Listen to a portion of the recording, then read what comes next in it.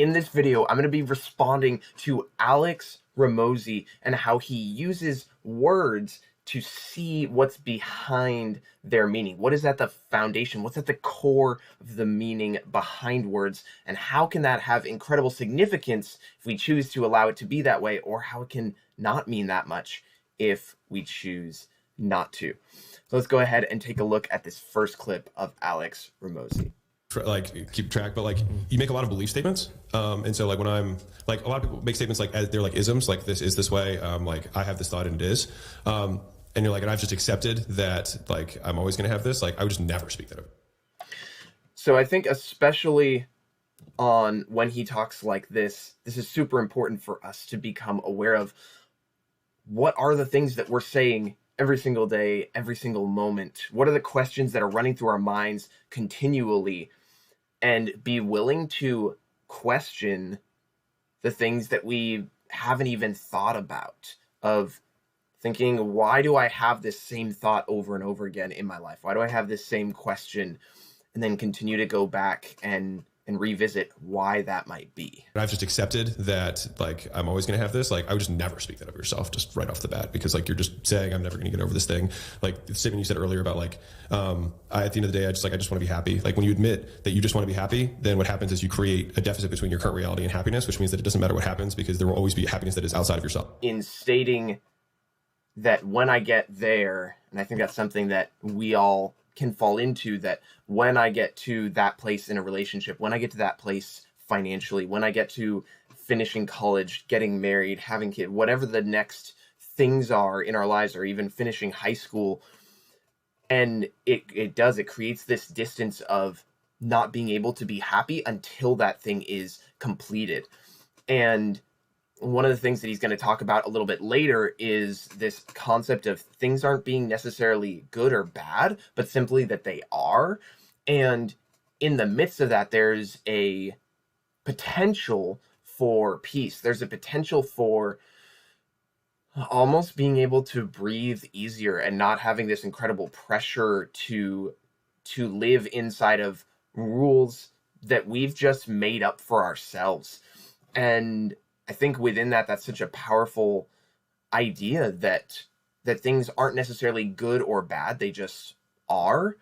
And we as humans have an incredible capacity to attach meaning to everything that happens. Deficits occur when we speak desires, right? And so I love this statement. A desire is a contract we make with ourselves to be unhappy until we get what we want. And so whenever we state a desire, like I want this amount of money, I want whatever, you literally sign a contract that says like, I won't be unhappy until that happens. Right. And so like I had this thing earlier on where I was like, I want to have meaning. I want to have great meaning in my life. And I was talking to a guy who made a lot more money than me. And he was like, and I think that point too is that it's important to have meaning, to have something that we actually care about and enjoy. And I think this next clip too, is really worthwhile in terms of, even if I don't completely agree with everything that he's saying, it's a fascinating perspective to almost remove the emotion. So much of our lives, what we remember, both the good and the bad, it's because we attach a tremendous amount of emotion to what worked or oftentimes what didn't work. And what he's talking about is almost just removing that extra layer of pain or fear or joy or sadness, and almost removing that and just looking more honestly at what actually is going on. And I think that's a fascinating perspective to choose to have. And so like I had this thing earlier on where I was like, I want to have meaning. I want to have great meaning in my life. And I was talking to a guy who made a lot more money than me. And he was like, because I asked him, I said, how do you create and destroy meaning in your work? That was the question I asked him on a podcast. And he was like, why do you think life needs to be meaningful? And it was the same exact thing as the happiness versus like the meaning thing, where it's like, I say life has to be meaningful, and therefore everything that I'm doing, like I create this expectation of life. Whereas if life just is, it just is. And it's the only way that you can actually be there. It's just pure acceptance. Right. Which is why like, it's just pure acceptance. The whole like shoulds of like, we should work, we should have balance, we should act. It's like, I believe marriage is a compromise. Like these are just statements of belief that are casting expectations out in the world that are just bound to be untrue at some point and then create dissonance. And those expectations that we create are oftentimes what can make us unhappier because we had this expectation of something working in a certain way, or something uh, becoming something that we were hoping for. And since it's missed, now we're let down. Now we're unhappy. And so it's like, I believe marriage is marriage. And I believe my marriage is my marriage, and I believe your marriage is your marriage. And like, I believe that I can work 24 hours a day if I want to. And that is all, period. Not, and it's bad or, and it's good. There's no judgment on it. It just is. And so like, if I get dopamine secreted in my brain when I start working, cool. Like, and I will optimize for dopamine. And if I die, I know that in 1,000 generations, nothing I do anyways is going to matter. So who cares? Like, that's like the opening thing in my book is like, there are no rules. Like, we live in this like, and that's one thing that's fascinating, that I don't know if I agree with, that even if what we're doing, even if no one remembers us in 1,000 years, I would push back on that and question if what we do today doesn't matter. I think it does help us in the sense of it doesn't create a positive or negative effect in the long term. But I think for most of us, if we go, today doesn't matter and we won't matter in 1,000 years, most of us will not then go out and create something really meaningful or create value or choose to build into other people, which I think is one of the fascinating things about Alex, is how he has this way of thinking that none of these things really matter. And yet at the same time, he has been able to build something of such magnitude. And it's for me, it's a cool realization of these do not have to be opposed, differing things, but instead they can actually be things that work together. Like this, like shoulds and have tos, and like happiness. Everyone talks about it. It's just like everyone is unhappy because they say they want to be happy, rather than being like, everyone is unhappy because they say they want to be happy.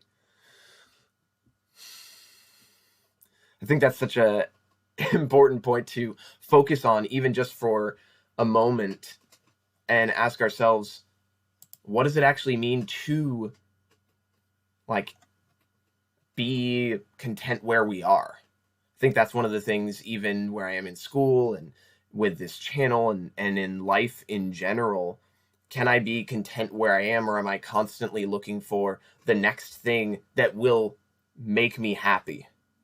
Because the reality is, where I am, there are problems and things that are awesome. In the future, there will also be problems and things that are awesome.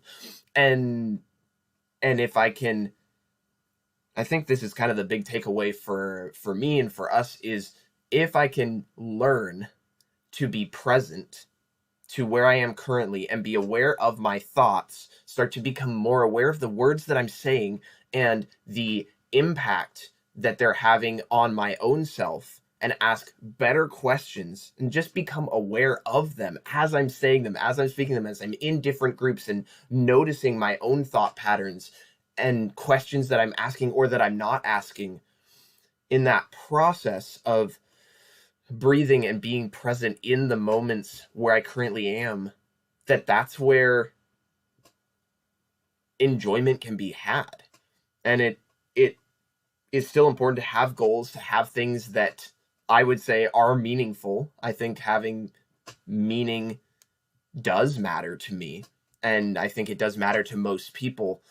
And I think that's one of the cool things about this conversation, is that it challenges my own assumptions, my own rules, my own shoulds, coulds, and woulds. And it's just a learning process to say, almost, what if where I am right now is exactly where I need to be? And if that's true, which it can be, then am I actually taking advantage of where I truly am, where I am in this moment, and maximizing who I am just for today? Because tomorrow's not promised, the past is gone, but I do have control over today, even just this present moment, not even all of today. But can I give myself fully just for today?